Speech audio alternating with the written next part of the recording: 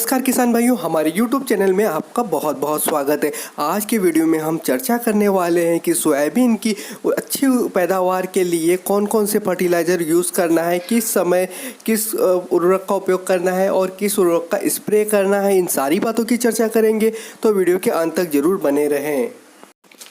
किसान भाइयों, सोयाबीन की जो फसल है वो दलहनी और तिलहनी दोनों वर्ग में आती है, पर मुख्य रूप से इसका तेल के लिए उपयोग किया जाता है, इसलिए ये तिलहनी वर्ग की मुख्य फसल है। सोयाबीन का जो मुख्य उत्पादन होता है मध्य भारत में सबसे ज़्यादा होता है, जैसे महाराष्ट्र, मध्य प्रदेश, राजस्थान आदि। सोयाबीन की अगर पोषक तत्वों की बात करें तो सोयाबीन के दानों में 40% प्रोटीन होता है, जो सबसे ज़्यादा प्रोटीन वाली फसल है। इसे शाकाहारियों का मांस भी कहा जाता है। अगर वसा की बात करें तो इसमें 20% तक वसा पाई जाती है। किसान भाइयों, आप बात कर लेते हैं सोयाबीन की फसल में गोबर की खाद और कंपोस्ट खाद कब देना चाहिए। तो जब आप खेत की तैयारी कर रहे होते हैं और लास्ट जुताई करते हैं तो उसके पहले आपको 10 से 12 टन प्रति हेक्टेयर के हिसाब से गोबर की खाद देना चाहिए। अगर एकड़ में बात करें तो 4 से 5 टन प्रति एकड़ के हिसाब से आपको उपयोग करना चाहिए।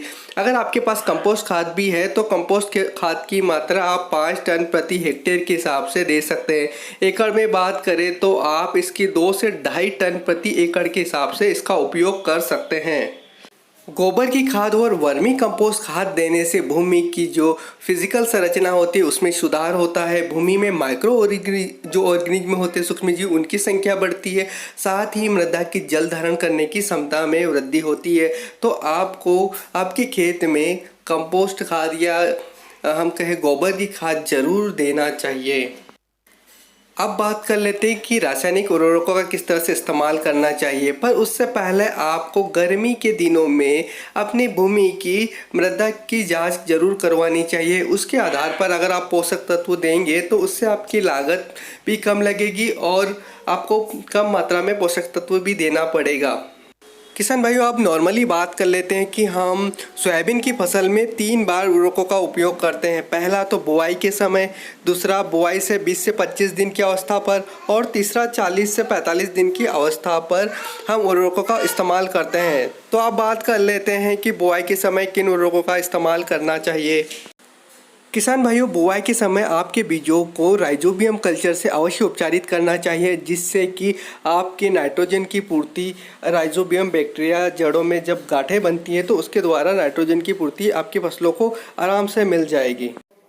किसान भाइयों, बुआई के समय मुख्य रूप से आपको नाइट्रोजन, फास्फोरस और पोटास की पूर्ति के लिए NPK यानी 12-32-16 आपको देना है। इसकी मात्रा आपको 50 से 60 kg प्रति एकड़ के हिसाब से रखनी है। साथ ही बुआई के समय आपको सिंगल सुपर फास्फेट की 16 से 20 kg प्रति एकड़ के हिसाब से आपको इसकी मात्रा रखनी है। साथ ही पोटास की जो मात्रा आपको रखनी है वो आपको 20 kg प्रति एकड़ के हिसाब से रखनी है। साथ ही जिप्सम भी आप दे सकते हैं, जिसमें कैल्शियम और फास्फोरस होता है तो इसकी 90 kg प्रति एकड़ के हिसाब से इसकी मात्रा का उपयोग करना चाहिए।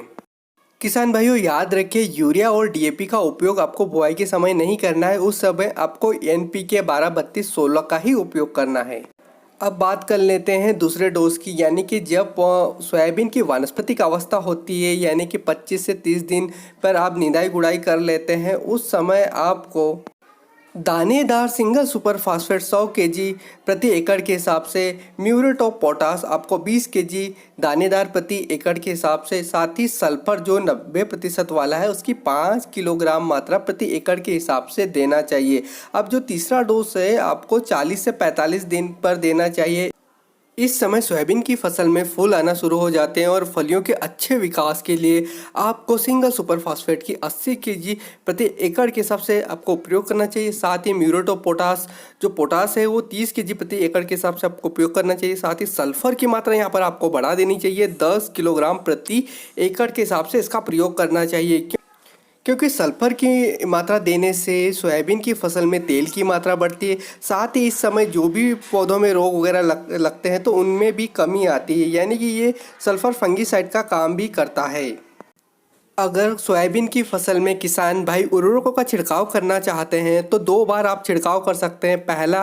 पहला छिड़काव 25 से 30 दिन की अवस्था में सल्फर 80% WG का इसकी 1 से 2 किलोग्राम मात्रा प्रति एकड़ के हिसाब से उपयोग करना चाहिए। साथ ही इसमें आपको NPK 19-19 का भी उपयोग करना चाहिए। इसकी 1 किलोग्राम मात्रा प्रति एकड़ के हिसाब से छिड़काव करना चाहिए। और आपको सोयाबीन की फसल में दूसरा जो स्प्रे करना चाहिए उर्वरकों का वो है 40 से 60 दिन की अवस्था पर। इस समय आपको जो सल्फर यूज़ करना है 90% वाला यूज़ करना है और 2 किलोग्राम प्रति एकड़ की दर से इसका उपयोग करना है। साथ ही 05234 NPK का 1 किलोग्राम प्रति एकड़ की दर से छिड़काव करना चाहिए।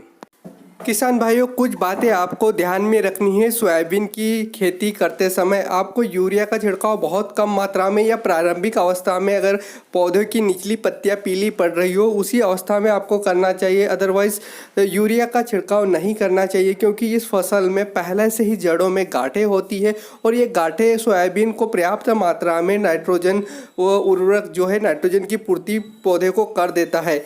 आपको साथ ही दूसरी बात ये ध्यान रखनी है कि सोयाबीन की बुआई के समय कोई भी उर्वरक उसके बीजों के साथ मिलाकर उपयोग नहीं करना चाहिए, क्योंकि सोयाबीन का जो कवर होता है, ऊपरी कवर, वो बहुत ही मुलायम होता है। अगर आप इसके साथ कोई भी उर्वरक अगर मिलाएंगे तो इसके फटने के चांस रहते हैं, जिससे कि जो बीज होता है उसकी अंकुरण क्षमता खत्म हो सकती है। किसान भाइयों, ये जानकारी अगर आपको अच्छी लगी तो हमारे वीडियो को लाइक कीजिए, हमारे चैनल को सब्सक्राइब कीजिए। Thank you for watching this video.